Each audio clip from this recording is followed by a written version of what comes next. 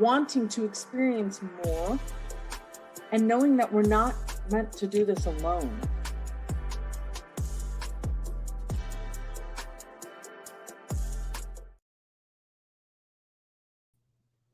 Welcome to Chronicles of the High-Powered Female CEO with me, your host, Melisa Keenan. And today we are interviewing Kelly Oneil. Hi, Kelly. Hi, nice to be here with you. Thank you. I'm so glad that you're here. This is episode 9. It's my intention in running these series that women everywhere who are working to create success and impact in the world recognize that all the pressures that we're feeling, we are not alone, and that we can carve and pave our own path on the way to success. So, Kelly, I'm so excited to have you here today. Can you introduce a little bit about who you are and what you've done? Sure. So my name is Kelly Oneil, and I am a brand marketing and profit strategist. And I work with really exceptional entrepreneurs all over the world to help them not only really position themselves as thought leaders in their industry, but also help them scale their businesses from multiple 6 to 7 to 8 figures and beyond. And man, as far as what I've done in the industry, I mean, I've been at this for a while. I've had my own company for 21 years now. And really doing the same thing my entire time that I've been in business in different programs. I do consulting. I own a brand agency where we specifically specialize in developing brand platforms for thought leaders. And I also have a consulting organization. Plus, I've got a few other companies that I run that don't have anything to do with this. They're just more companies because I'm an entrepreneur.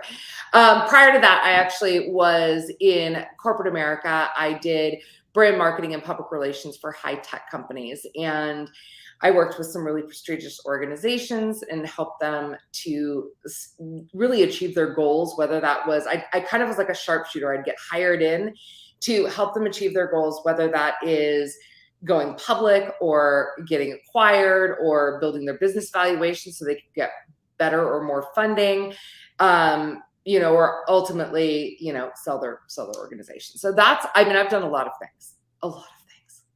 It's so amazing. I've already gained so much from our relationship, Kelly. So I'm also a client of Kelly's in one tiny corner of her company. And I have gained so much from being in that space. It's really up-leveled my business. But I'm so glad. So now let's drop into kind of more the intention of this interview. Yeah. I think the first question I want to ask you and kind of let that lead us is, in your journey to the top, what was very surprising to you? What did you experience there that you didn't expect? Oh my gosh, I've experienced so many things that I think that I didn't expect the personal journey to be as prominent as the business journey. I thought it was just, I'm going to grow companies, I'm going to market, I'm going to sell things. And really what that saying is true, your business will only grow to the extent that you do. And this has been just a ginormous growth experience for me as I transitioned from, an employee to a small business owner, to a service provider, to a CEO, to a thought leader in my industry. Like, that's required a ton of personal growth. And it has not always been easy. For those of you who have read Gay Hendricks' book, The Big Leap, you hit your upper limit, right? And I've hit multiple upper limits where I would start to self-sabotage based on old patterning. And then I would have to, remove that patterning, and working with healers and working, with personal development experts to consistently up-level my game. That has been just a tremendous part of my growth as a CEO and as a leader. That's so fascinating, right? Because it's kind of frustrating. Like you think you can just kind of be a machine. And it's like, if I learn all the right things to do and do all the right things, that's all I need to do. And then you find there's this whole other side that has to be nurtured and maintained. Yes. Yes. You shared with me before, kind of like a snapshot into your day. And I was so fascinated by this because I think in so many ways you really have stepped into a mastery of both your masculine and feminine energies as a CEO. Would you be willing to share that? Because I mean, there's some serious, when you talk about personal development, you are not joking. Oh yeah. So, okay. So like, just kind of talk about like a typical day. Yeah. So I'll give you an example of today, and then I'll give you an example of tomorrow. So, or even I'll give you an example of Monday too. So Monday is my team day. So I always, I get up in the morning and I always start my day out. I work out with my personal trainer. So I get up, I go to the gym, I work out with my trainer. I need my trainer. It's not that I don't know what I'm doing. It's that she pushes me to levels that I would not be able to obtain by myself and keeps me on track. And then Monday's like really team day. So I have all my meetings on Monday with my teams. And then I always take a break at like about 1 p.m. And I'm a napper. So I actually build in time for me to rest. And then I come back for a few hours at the end of the day. Like I need that time, that break time. And then in the evening, what I do is I'll work on, I work on stuff that doesn't require me to speak to people because I don't know how many other lady CEOs get like this. Because again, I can't hold that level of masculine drive. I have to break. And then I like to do more quiet work or creative work. And then Tuesday, so today is Tuesday, and same, got up, I went to the gym, came home, got myself some snacks. I have an assistant that takes care of a lot of my stuff for me, does like my laundry and my food prep and takes care of runs my life. She's basically like my wife. Thank God I have her because I would not be able to do what I do without her. Literally, I'm just like, oh, when is she going to be here? Even my dogs are excited when she comes over because she is the food source. She feeds them and walks them while she's here. So, and then I had a bunch of meetings today, this interview, I did some consulting for my clients. I've had some collaboration meetings with some of my epic women entrepreneurs. And then after my meetings wrap up around 1 today, again, I'll have some downtime and then I have a massage booked this afternoon. And then tomorrow it's going to be much of the same. Workout, some meetings in the morning. And then Wednesday afternoons, I actually do some self-care. I go and I work with my shaman, who does a lot of energy work with me. And so I have a 2-hour Reiki session every Wednesday. And I also get an IV. So I balance it throughout the day. Because in order for me to operate at that peak performance, I have to really take exceptional care of myself. And that is down to everything from making sure I get enough sleep, making sure I get enough exercise, making sure I get enough water. My assistant makes these for me and keeps them in the fridge so I can just grab them in between. So I go really hard and then rest, and then go really hard and rest. That's just how it works well for me. I love that you say that too. Everyone is different, but you have found a way to honor your own natural rhythms and cycles. And that's what we all, must do if we want to actually enjoy the fruits of our labors. Yes. And I mean, and I do, I work hard, and I don't overwork because I still work smart. I don't work extra hard for no reason. I'm not a believer in that. My old saying, strategy is the new hustle, right? So it's not that I'm overworking, but I work really, really focused and efficient and boom, boom, boom, boom, boom. And then I rest. And then on Thursdays and Fridays, I typically Thursdays, I'm actually doing a lot of interviews for my upcoming Epic conference. And then I'll take off in the afternoon. I take Fridays completely off. And then over the weekend, I take time off, and then sometimes I'll do some of my more creative work if I feel inspired. That's so cool. Okay, thanks for that. And that's my preference. Again, it's not, I don't work because I feel like it's not, I feel called to do it. And it's part of how I balance out my week of being available to my team and to my clients, but then also having this uninterrupted time where I can be in that creative mode and I can focus and I can get work done. So again, that's what works for me. Mm-hmm.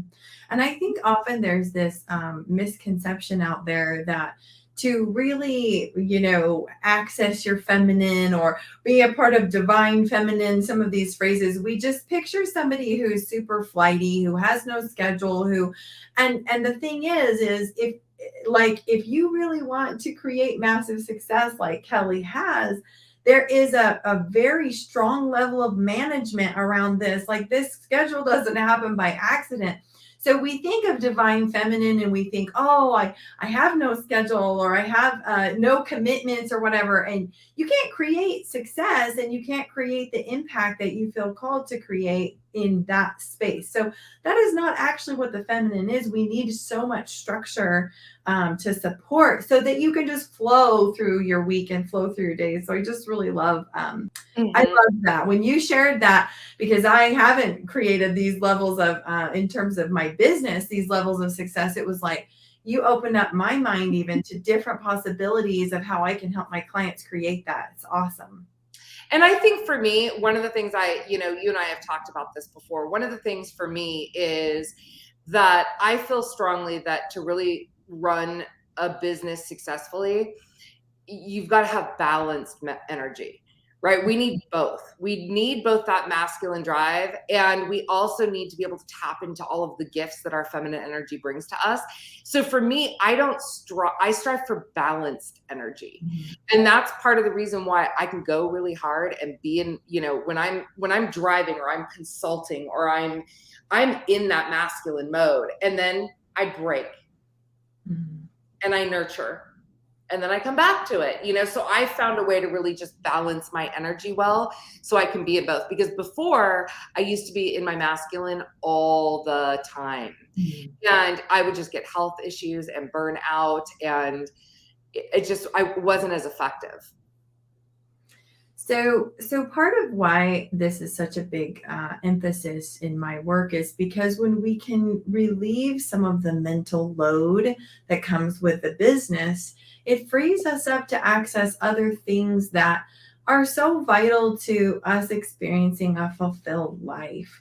It's like have your cake and eat it too. And one of the things that I have seen often in really successful women is two fears. And I'm just curious what your thoughts are, or whatever you feel called to share around this. I see that women feel very afraid to lose the momentum that they've created in their business. That's something that shows up always, right? It's like, I've already sacrificed so much to create this thing. I'll do whatever I can to preserve the momentum. But there's also like and it's this cognitive dissonance that plays in our mind every day. And I also don't want to do this alone. Like, I don't want to end my life alone. And that's why I'm here having these conversations, right? Because those personal relationships play such a role as well. So I'm curious, like how you've seen that play out in your life. Yes. I mean, I definitely think the momentum thing is important because I think that's an important driving force behind any business. Now, I also don't think we can do it alone. So I'm only as good as my team is. So if my team is strong and supportive and handling their business, I'm a much stronger leader. And if I've got people that maybe aren't the best fit, or something's going on and they're not super strong at the moment, then everything suffers. I suffer, the company suffers, the clients suffer. So I don't think we can do it alone. So yeah, I think, here's the thing. I really make a concerted attempt not to make decisions from a place of fear. So I don't look at it in myself or in my company as if like I have a fear of losing momentum. I have a drive to keep momentum going, which I think is a different place. Like, because I understand that we need that to happen. So, but it's not like I'm like making fear-based decisions like, oh, if I don't do this, I'm not going to have momentum. Right. It's not that. It's more of like, we're in momentum. Let's stay that way, guys. Like, and here's the plan to do that. Okay. And yes, this piece of, now again, I'm really good at balancing. So, you know, my partner and I just block off time to spend with them, you know. Right now, like I said, you know, I have this very large women's conference coming up. And so I am working Thursdays again, but actually I wasn't working Thursdays or Fridays because those are his days off. He's a pilot and those are his days off. So I just scheduled my business around it because I can, because I own it. And my boss is amazing and she lets me do what I want. So I just reallocated my schedule to make sure that I have that balance. And there's ebbs and flows. Like I said, you know, right now, up until this event, I'm going to be putting more energy and attention and effort into that. And then after that event over the summer, it's going to slow down for me because I'm not going to have this big event going. I'm not, you know, and I take a lot of time off in the summer. I am an outdoors girl. I've got a boat. He and I are on the lake or the river constantly. We love to go glamping. We like to travel. We like to play tennis. Like I got things to do. I got like a full schedule and I'm not going to get to Wimbledon if I don't keep up my tennis game. So I got to keep that practice too. It's so cool. I love this. And I really do see a uniqueness in your approach to your whole life. Being able to show up in all ways that you want in your life. And so I just so appreciate you, Kelly. Is there any last things you'd want to share here? And then I have one more question that I ask every interviewee, but any final words of wisdom you want to share here?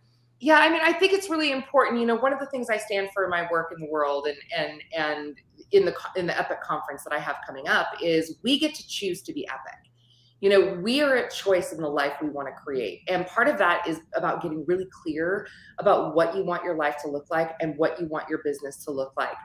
And to start designing it and making decisions from that place. You know, there's lots of things I could do I could make mediocre choices, but then I'm going to have a mediocre experience. And I just choose to consistently up level and move more and more always towards the vision that continually unfolds, you know, because I'm getting, as I get older, my vision changes. And so I adapt the decisions I'm making in my life, but I'm not here as a women entrepreneur. I am passionate about the work I do in the world, but I'm not my business.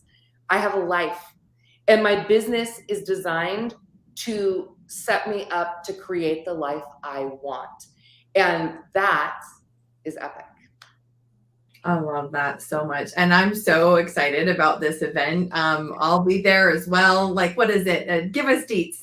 June something. It's June, so it's called Epic. And this is really a conference that's specifically for accomplished women thought leaders who are wanting to become the go-to authority in their industry, right? And really moving from like an expert or a service provider to a thought leader.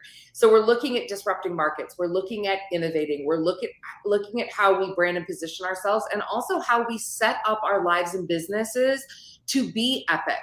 And because I believe that we as women, we do best in a collaborative environment. This is really going to be a think tank of 75 of the most profound women business leaders from around the world coming together to rewrite the rules of how we do life and do business. And we're going to be sharing that all with one another. So it's June 5th through 7th at the Ritz-Carlton in Laguna Niguel, which is a really like just the most inspiring place to have this conversation. I was telling my event manager the other day, she'd never been there.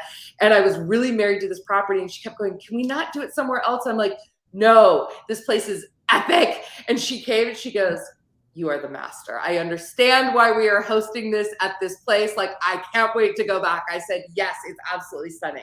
So 5th through 7th, and the you can check out the information and just let me know that you came from Melisa's interview. You can check it out at epiceventinvitation.com. Awesome. Perfect. Okay, one last question, and I like to ask everyone this just to get a little peek at who you are, your heart.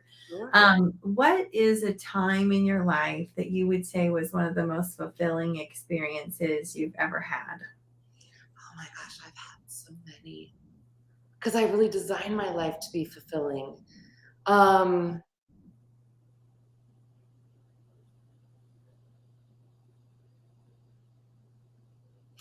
I would say it's a collection of experiences. And the collection of experiences is when I'm doing my work with already very successful entrepreneurs, but you know, a lot of them have already reached $1 million, but they've lost their life and they're burned out and they're about to throw in the towel. And then I'm able to show them the path to having it all. And then watching them over a course of 3 or 6 months make those transitions, and then they have it all. And the gratitude from them is so profound, because it's not just like we were able to give them the financial life that they wanted. The process that I consult around was able to give them their life back. So they'll say things to me like, I now have time to be in my son's school. Like, I'm no longer missing out on him growing up. And like, you gave that back to me.